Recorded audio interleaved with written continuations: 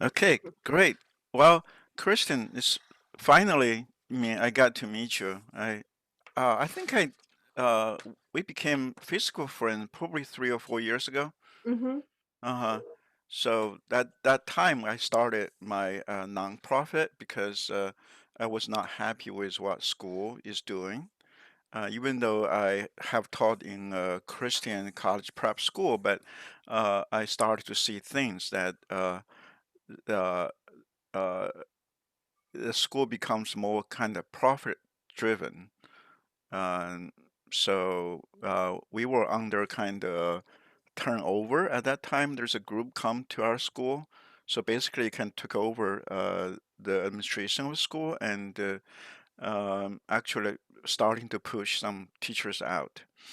So I was very concerned, and it turns out that is um, they will prepare us our school to take voucher monies, and then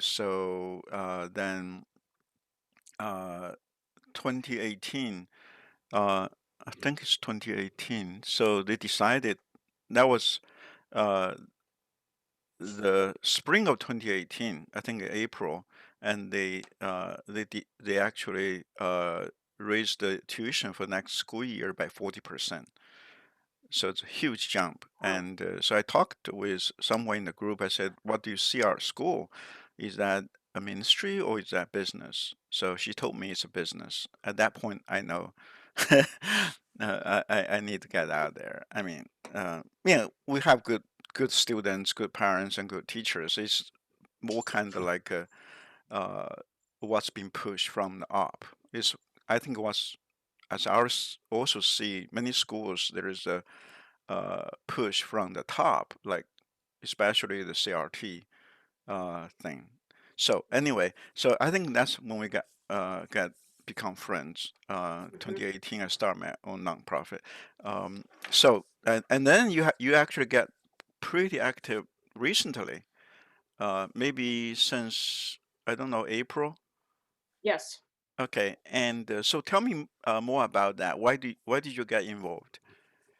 Um, well, it's kind of been an evolution, and maybe I've kind of ramped up incrementally over time. Around April is when I took on the role of president of the Indiana chapter of No Left Turn in Education. Mm, And that's kind of a dual role, so to speak. That was at the time, I'm a Brownsburg resident, right. and at that time, um, that was when Brownsburg uh, schools were implementing a series of equity definitions. They Oh, were okay. voting on it. Okay. And although my children, we pulled them out the October prior because of an well, a series of incidents, but one in particular. Mm, So my children were no longer in. Um, and I had been having ongoing issues with the administration and board. And so I was kind of called upon when this issue arose because there were a lot of people in the community that knew I had been dealing with the board and mm, admin. And one way or another, I rose to the top of leading this group of parents. And I was aware of the No Left Turn in Education organization, just from having kind of been in this battle for a mm, while. mhm. And it was a kind of I guess, a serendipitous moment that everything kind of coincided.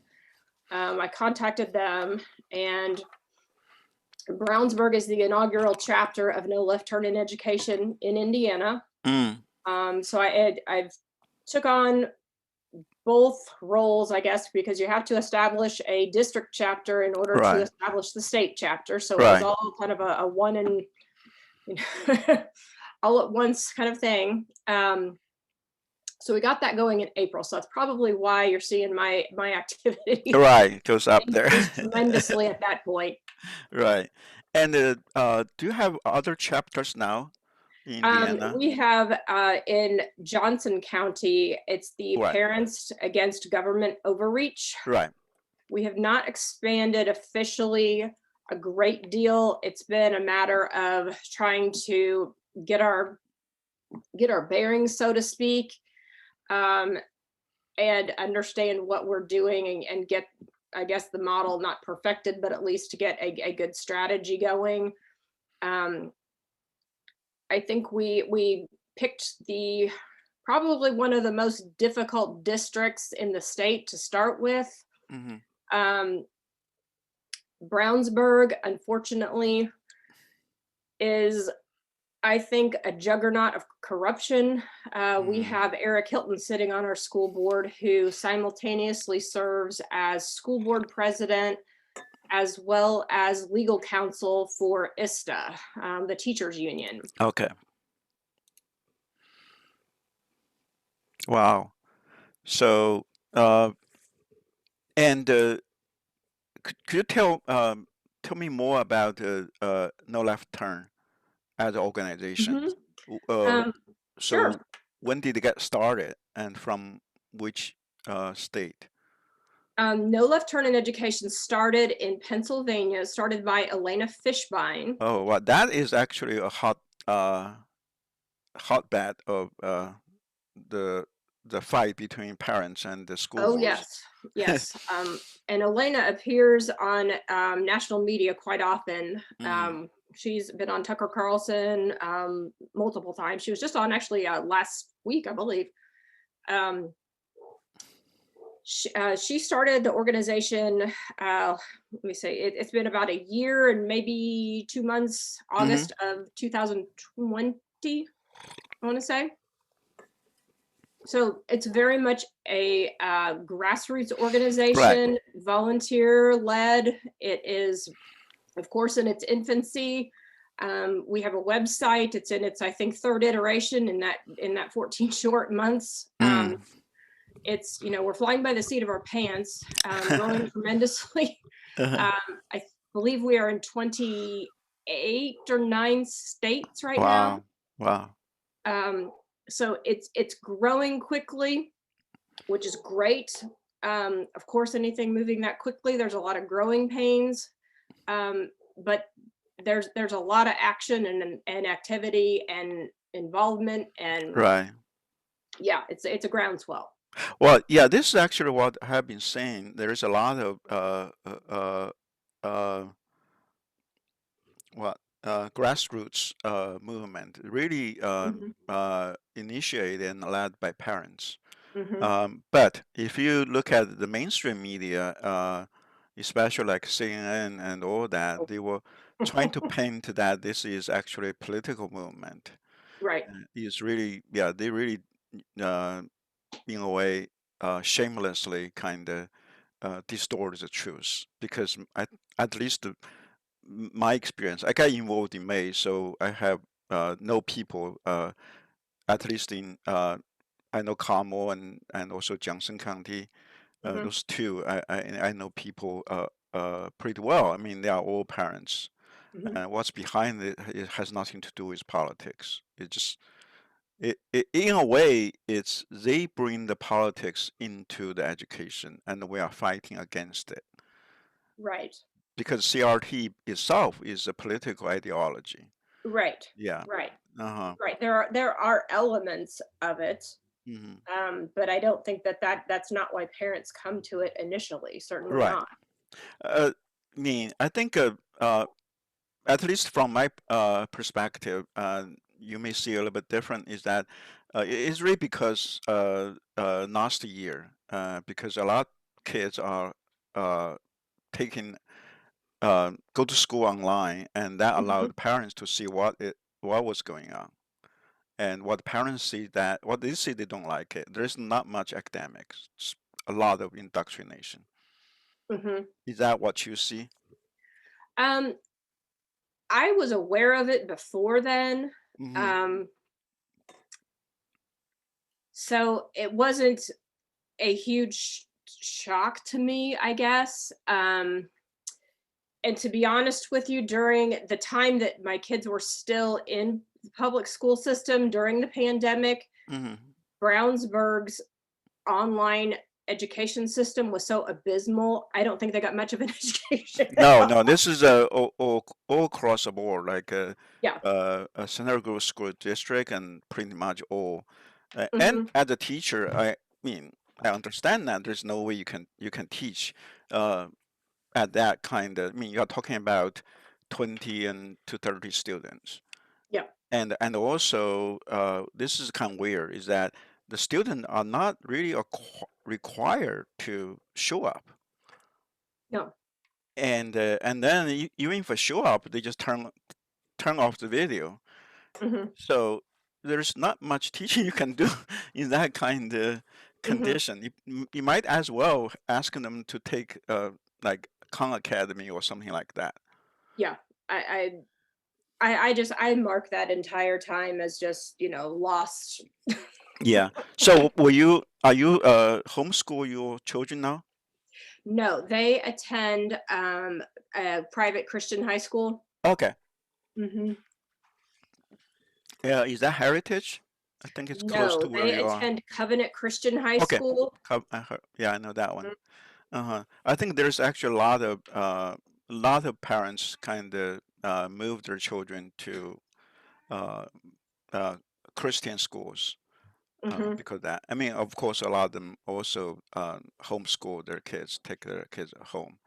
Uh, so now, what actually made you to kind of step out in a way? I mean, in this Mhm. kind of environment, if you step out, you will be attacked. Oh, Uh, and they will, I mean, they'll do anything to kind of, um, to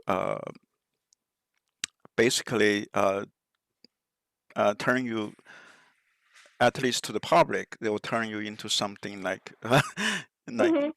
you just Oh, don't I've been recognize. called everything at this point. It's, it doesn't really even matter anymore. I don't care. Well, Um, where are the attacks come from? um, well, I like to call them the Ed Mafia. Okay, Um, I've um,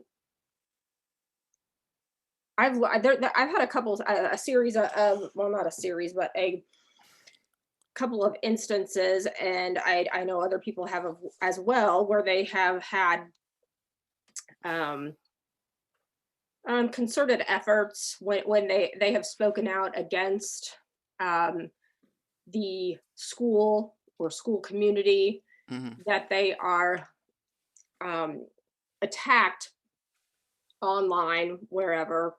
Um, and the consistent theme that runs through the group of people is that they all, in some way, always relate back to the public school community. They are either educators themselves, hmm. they are have spouses that are educators, a parent that's an educator. They are, in some adjunct way Okay, affiliated with the school. There right. is some tie. Hmm. Um, it's it's rather amazing, and I was actually doxxed um, Oh wow. in June of 2020 because I spoke out against. This was post the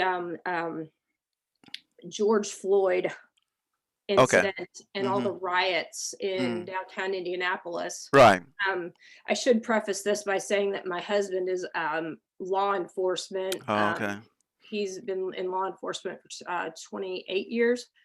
Um, so this is right on the heels of 4 days of riots in Right. Indianapolis. So our family is kind of, reeling after all of that. And so a group starts planning a Black Lives Matter protest in our very small town of Brownsburg. Oh wow. Um, so this is, something concerning to me.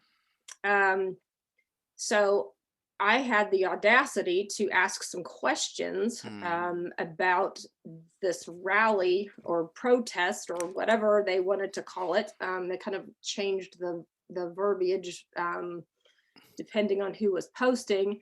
Um, but I asked questions about things like, plans for safety if things went sideways, because it was a very murky sounding and kind of cloaked, Mm. um, very, very odd. Um, and coming from multiple different people, not an organization that was posting this.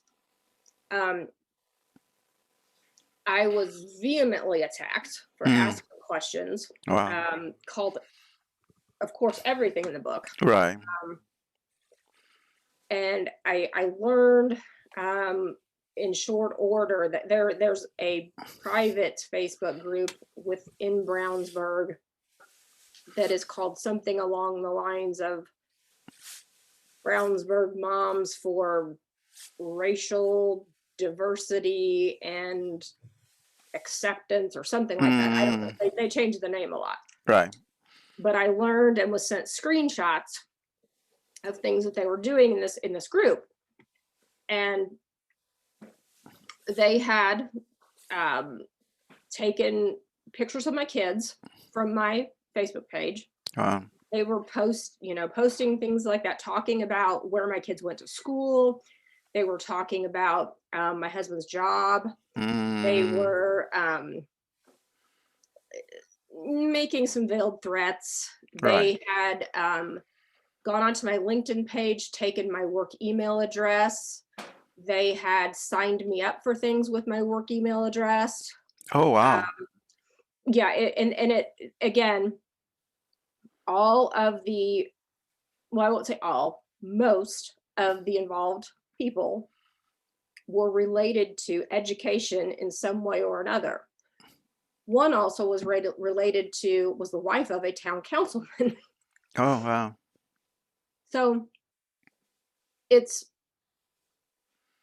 it's odd, and I should also note that protest was in large part organized by a racial activist group from the high school. Oh, Bromberg High School. Yes. Okay. So what And kind of city is Brownsburg? Is that like Johnson County here? Uh, that's pretty much conservative. I it is known as being conservative, conservative, family values, mm, traditional, small town. Yes, all of right. those things. Okay. Hmm. Wow. Yes. Hmm. But that racial activist group will come into play a few months later in my life. So is that just like you say? It's a high school. The Hmm. student organization, Hmm. was that also sponsored by teachers? Yes. So I wonder who is leading that group. Do they have like some kind of uh, are they affiliation or a chapter of a national group?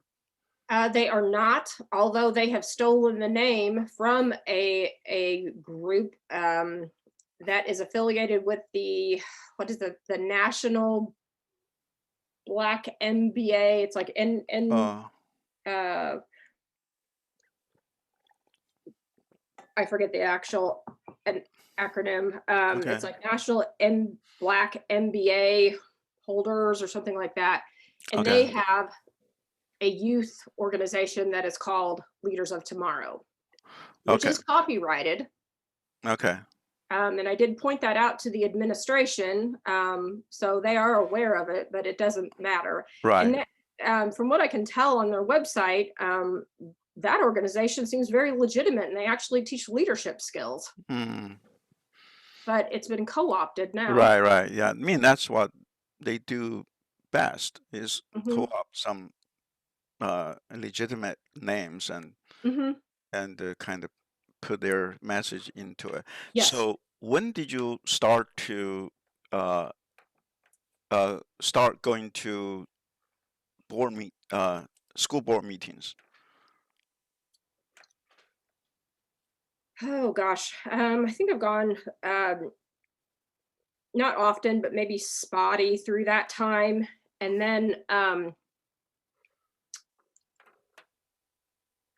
I in July of that was in June, July of that year, 2020, Mm-hmm.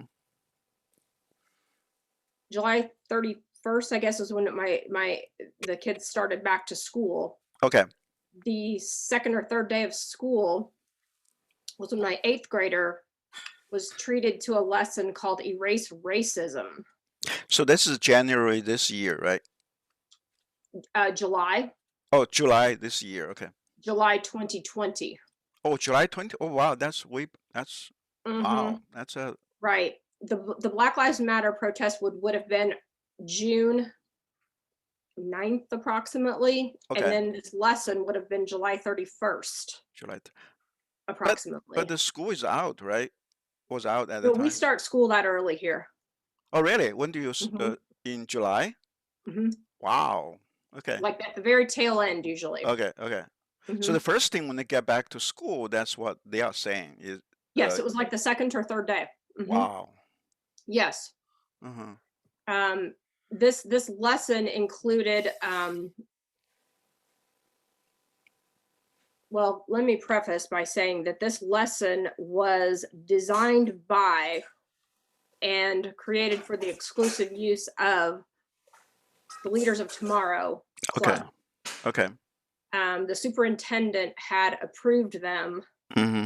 over the summer to kind of have exclusive audience with the student body as well as the staff to conduct racial equity trainings. Oh, wow. And uh they didn't tell parents beforehand. No, no.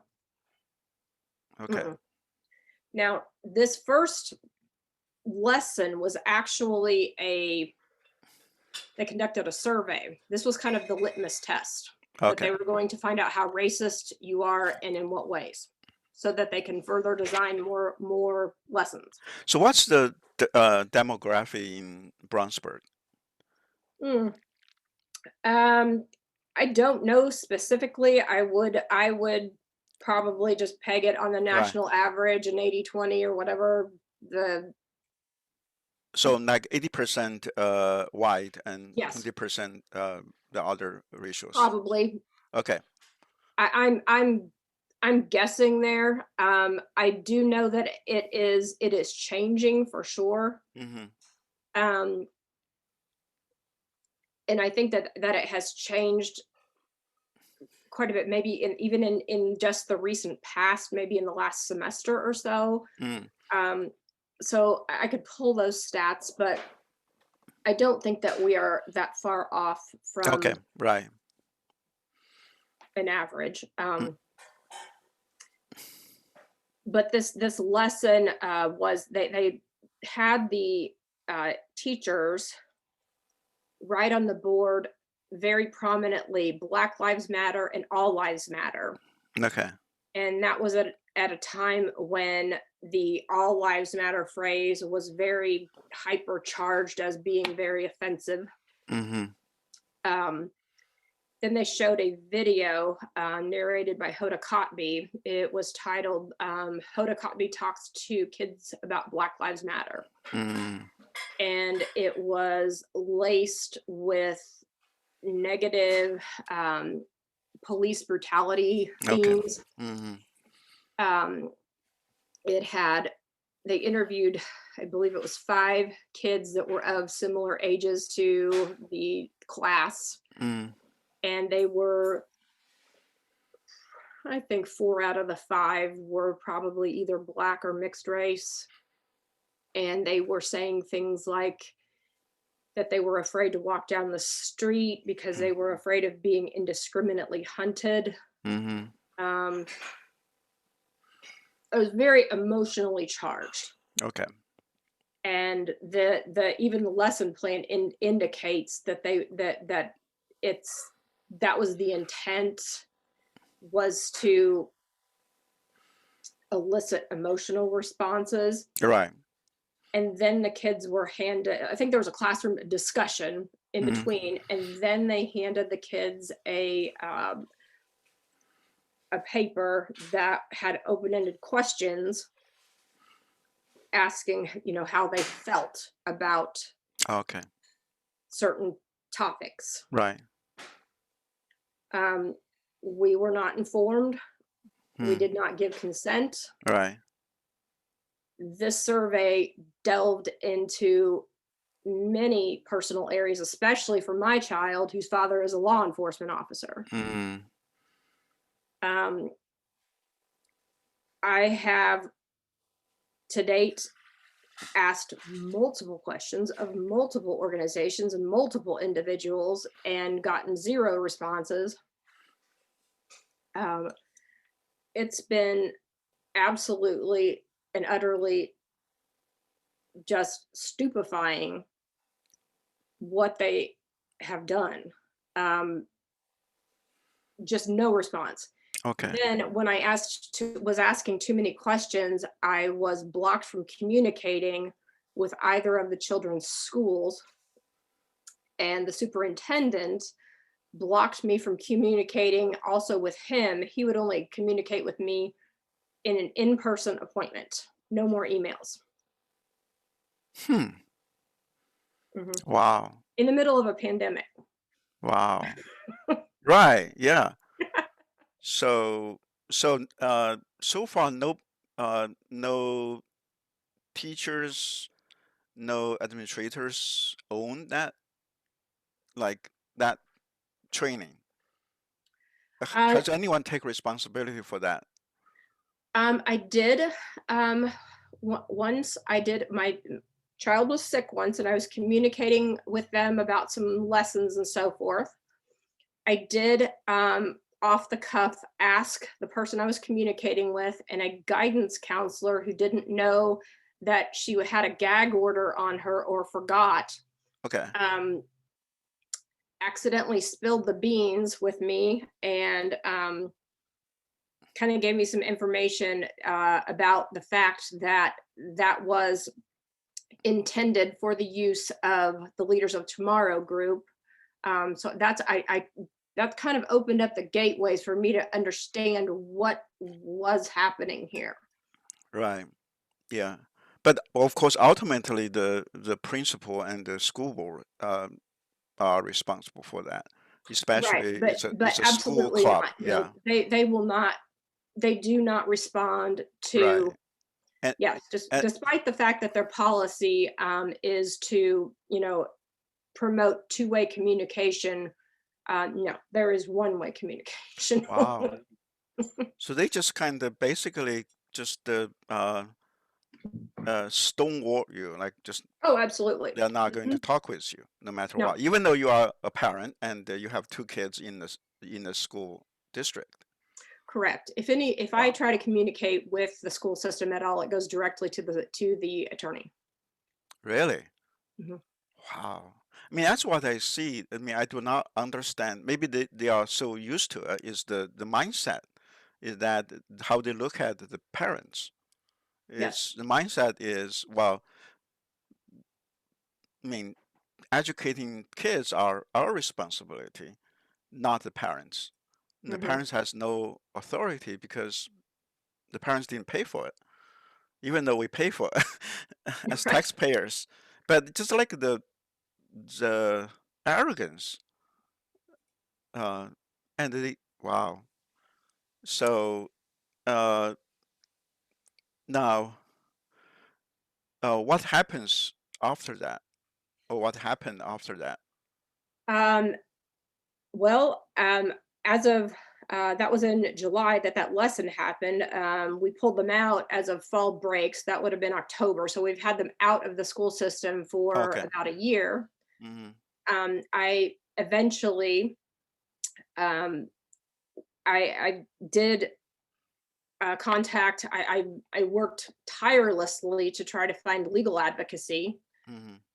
and I did find that through my contact with. I worked through Elena Fishbein, and that was long before I became a chapter leader. And Mm, she connected me with the Liberty Justice Center out of Chicago. okay. Um, I I do not have a case against the school at this time. Hmm. Eventually, they did represent me against Dr. Snap because he chose to block me on Twitter. Right.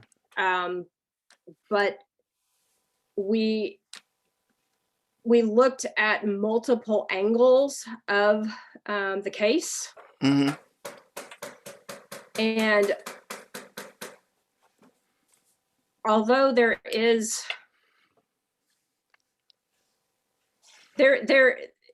multiple there have been multiple legal violations, Hmm. but when you start looking at education law, Hmm. it is so impotent Right. that you have to question, is it worth it to go through Okay. filing a case? There Hmm. is no teeth in the law, I see. and they essentially get a slap on the wrist for extremely egregious violations. Yeah. Well, there is something happened in Carmel Clay is that the parents was reading excerpts of Yes. books which are basically pornographic material, but Hmm. uh, but the school and the schools and teachers are protected. Yes. Obscenity There, exemption. yeah, there's a, clause there which allow Hmm. them to get away with it. Which, yeah. So and uh, so when did you started to very actively engage with the school board? I mean, go to the meetings and um, share with parents what's going on. Honestly, it's been a blur. Uh, I've been watching for a very, very long time. As far as actively attending meetings consistently, Hmm. uh, oh gosh, um, year and a half Oh, maybe, wow. and I don't know if that's consistent, Okay. but Well, at I have least to. you tried to make it to go to some Yes, meetings. Yeah. But it's but you are out of the school. I mean, your kids were out of correct, school. And correct. did you get attacked for that? I mean, they could say that you have no business in. Oh, sure, yeah, I get that. Okay. Have they tried to kind of silence you during the school board meetings? Sometimes, yeah. In what way? Well, like you said, the comments about you don't You have don't. kids Yeah. in the school anymore. And it's more the commentary, the snide behind your back, Okay. and it's not. It's rare that someone says it to your To your face. overtly Okay. to your face. Wow. Um, Well, during the school board meeting, are you still allowed? I mean, the parents allowed to give a public comments? we are allowed 2 minutes Okay. now. You referenced Carmel and reading the excerpts from the books. Mm-hmm. Um, the parents in Brownsburg attempted that at the August meeting. Okay. Uh, Eric Hilton, the ISTA legal counsel, he disallowed that based on the obscenity policy of the school board, which I thought was rather ironic. Um, and I can only conclude that he is acknowledging that there is obscene material in the school library. Wow. So, I mean, basically, he's saying that uh, it is. so bad that you are not allowed to read to the school board. Correct. But it's okay for the kids to Correct. rate them. Wow. Yes. So far, like your experience with school board, are they basically uh, not listen to you and the other parents? School boards and administrators are completely rogue. Mm, They do as they please. They do what they can get away with. There is no regard for either law or policy. wow. They do not have to follow it. There is no oversight. There's no enforcement. Mm, The Indiana Department of Education is self-insulated. It is self-governed. okay. What do you mean by self-governed? If I were to bring a case such as the one that I did, Mm-hmm. a complaint with what happened to my son, Mm-hmm. it would be investigated by the Indiana Department of Education. Oh, not okay. If I sued somebody, that might be a different story. Okay. The Okay. first step is for it to be investigated by the Indiana Department of Education. Okay. What do you think their finding is going to be? Of course. Yeah. Yeah. Well, have you contacted Attorney General? Yes, Okay. Will they take that? no. No, they won't take it. Wow. I cannot get an audience with the Attorney General. I have tried multiple times, multiple ways. Okay.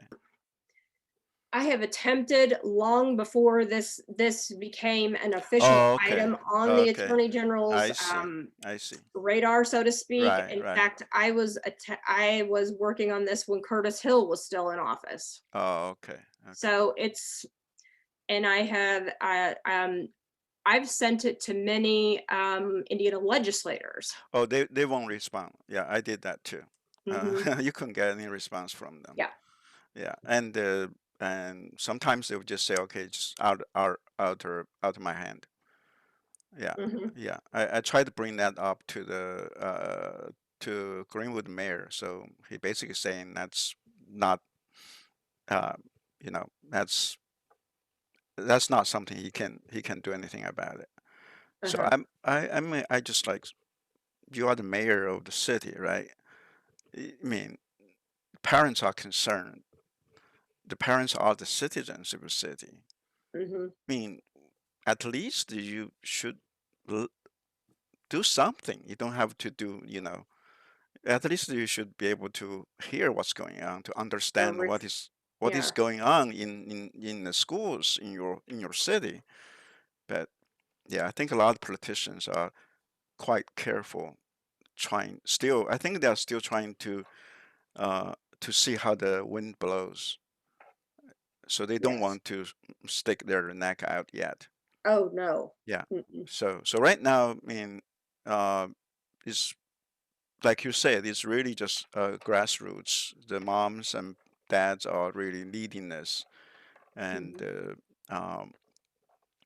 I don't. So far, I haven't seen anyone uh, from the political side. The only person I am aware of is John Jacob. He's uh, basically trying to bring that fight to the legislature. And another one is Scott Baldwin. um, I don't know him. There's another one. He and John Jacob nicely. Yes. Yeah. Hmm. So actually, we're going to have a rally this Saturday. Oh, At, yeah. So at the State House. okay. Do you, do you know that one? Yes, Okay. I believe I that is yes. Okay. A freedom rally. I think. Uh-huh. Yeah. So uh, is that what's his first name? Nicely's first name. Kurt. Kurt. Kurt Nicely. Yeah. I think Kurt Mhm. Nicely will speak, and there are other people, and I'll give a short speak too. Okay. Just because what I see, I mean, I mean, Uh-huh. what's happening right now is what happened in China during the Cultural Revolution, Of course. and it's what happened in Russia, and it's what happened uh, in in Nazi Germany. It's just like there is ideology which Mhm. is trying to control our kids because once they get the kids, then they will get their power. Mhm. Yeah, so this is actually the Achilles heel of any democracy. Once they can get the youth, then uh, they yeah they can get the power. I mean that's what they want. If you look at what critical race theory is all about, what they're talking about, they're just talking about power. Right. hmm So Mhm. that's unfortunately I don't. One thing I don't know if that how much the school board members and administrators are aware of that, or do they understand what's going on? Do they understand uh, the impact of critical race theory? I don't know if you. I don't think, especially school board members, we have a couple school board members that they have absolutely no idea what's going on. Okay, None. wow. And this Uh, thing is this. It seems like they are not even uh, bother to look into it. I mean, it's oh not that no. hard, right? I Mm, mean, there's so many things out there already. It's not just like, uh, especially now, it's not just like um, conservative or conservative talking about it, or Christians talking about it. I mean, you look at people like Jordan Peterson and Barry. Uh, I don't know if it's wise or ways. Um, yes. Hmm. so they are talking about it. I mean, they actually been uh, impacted by this ideology. Hmm. Yeah.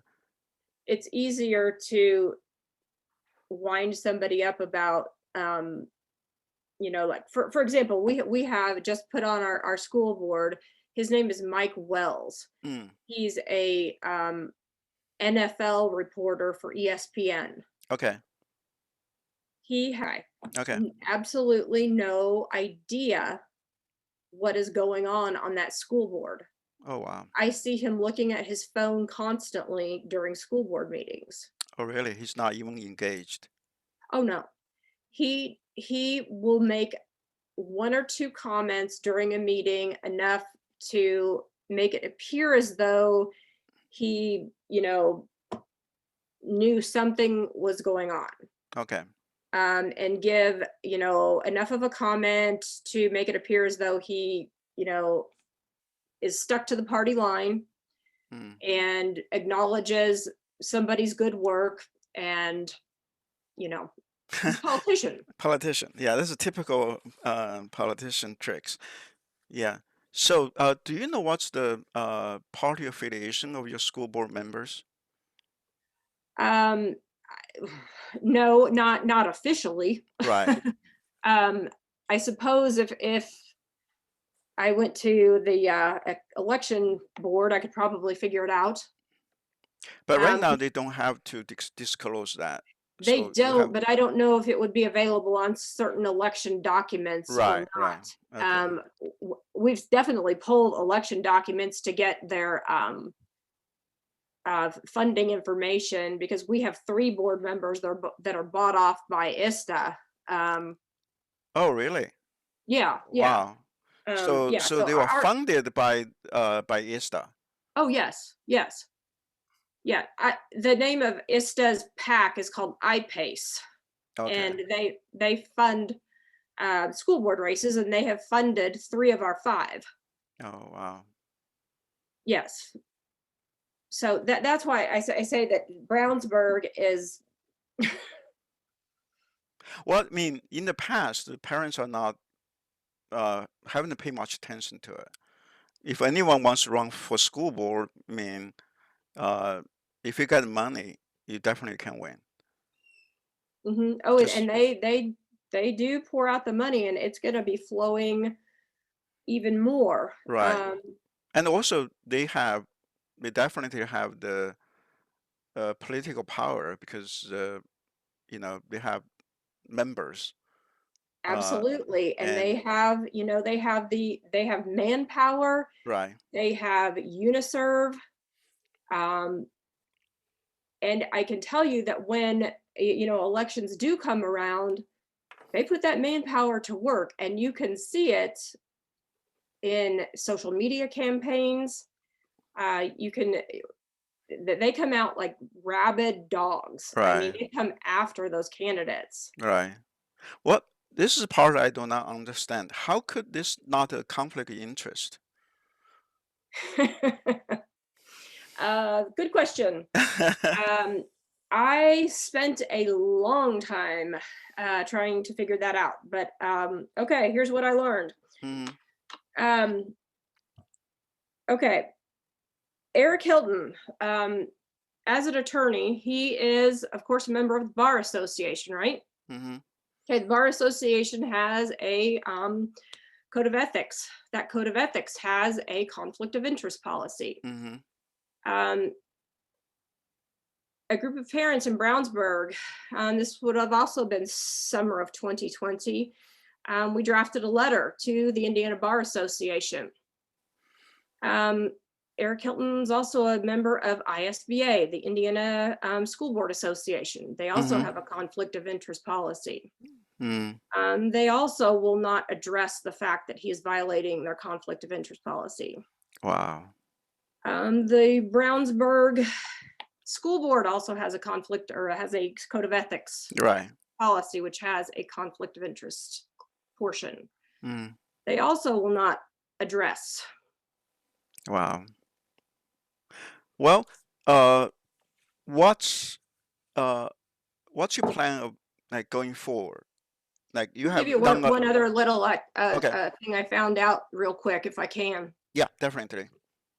Indiana School Boards Association, or we can look at the whole shebang, the Mm, National School Boards Association.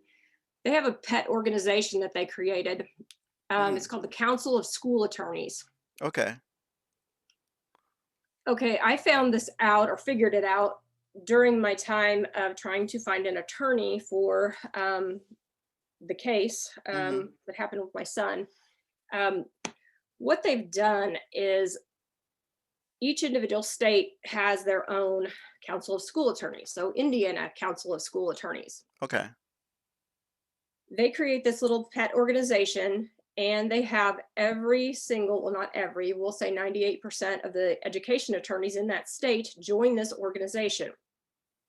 What happens is, because they're now affiliated with the School Board Association, they've now created a conflict of interest for any parent that wants to hire specialized representation to sue a school, because they're now affiliated with Oh school wow. boards. Wow. Wow. So they actually have a army of lawyers kind of Yes, behind them. they sure do. They're So all in their corral. yeah. So it definitely is David versus Goliath. I mean, Yes, it is. literally, the parents we don't have that much power, and they No, have all the they have. powers in their hand. Yeah. Mhm. Yeah, but at least one thing we have is that we can pull our kids out. So that's kind of Absolutely. yeah. But still, I think appreciate what you are doing. I mean, you are really Brownsburg is a very tough uh, place uh, to pick a fight against the school board. I mean, actually, you didn't. I mean, none of us actually wants to pick a fight. It's what they did. I mean, they so far what I have heard, most boards they just disregard the complaints from parents. Oh, absolutely. Yeah, some Mhm. like uh Como Clay definitely kind of uh went to extremes, basically kind of shutting down the parents. I mean, they don't even allow you to make comments. Um, so I think that that's next here. okay, They've been laying the groundwork for it. okay, Mhm. yeah. Well, so just we have a couple minutes. Uh, so what's your plan to going forward? I mean, so far it definitely is uphill fight for you. Yeah. It has been, but it's been interesting because we have gotten a lot of traction. The difficult thing out here is there is a culture of fear. Hmm. Dr. Snap is regarded as a bully. He's got a big reputation as a bully, Hmm. and parents are they're scared. Wow. He's known to retaliate. Wow. Uh, Talk about domestic terrorists. yeah, Those are um, the real ones. yeah, Uh-huh. especially for kids that have athletic talent, that may Oh, be on a scholarship track. okay. They are not going to speak up because they know that they can have whatever opportunity pulled that may defeat that whole Right. scholarship track. Right. Right. um and I mean, I had my own kid. This is anecdotal, but I Mm. did have my own kid retaliated against. The first time I filed a FOIA request, my kid was pulled out of class for a drug test. Oh, wow. And there were other things that I could point to as well that were Right. completely shady that I know were. I could never prove them, but Right. you know, Yeah, we all know. understand. Yeah, definitely. I mean, those people are professionals. Yes, They know how to, do things that it's going to be hard to yes, pin of them course. down. Yeah. Hmm. Wow. So, well, thank you so much. I mean, finally we got talk. I mean, I hope actually, if you are uh, have time, maybe the next couple weeks, we can meet at Hope Center. I can Yeah, show you around. Yeah. yeah. I might try to make it down Saturday as well. Oh, okay. So if you can actually go Saturday, there is a public tour. You can join them. So Okay, basically, the pastor can talk to you. Uh, okay, he's better at will be, of course, he funded that organization, so he can tell you the history of it. From my side, I can share with you what education part of that organization. okay. Hmm. And if you are looking for a place to volunteer, definitely your talents will be well very much appreciated and welcomed. Okay. Yeah. All right. All right. I'll see you next time. Okay. All right. Okay. Well, thank you so much. You're welcome. I'll send you Thanks. the recording. Okay. Okay. Thank Yeah. you. Okay. All righty. Bye. Bye bye. Bye.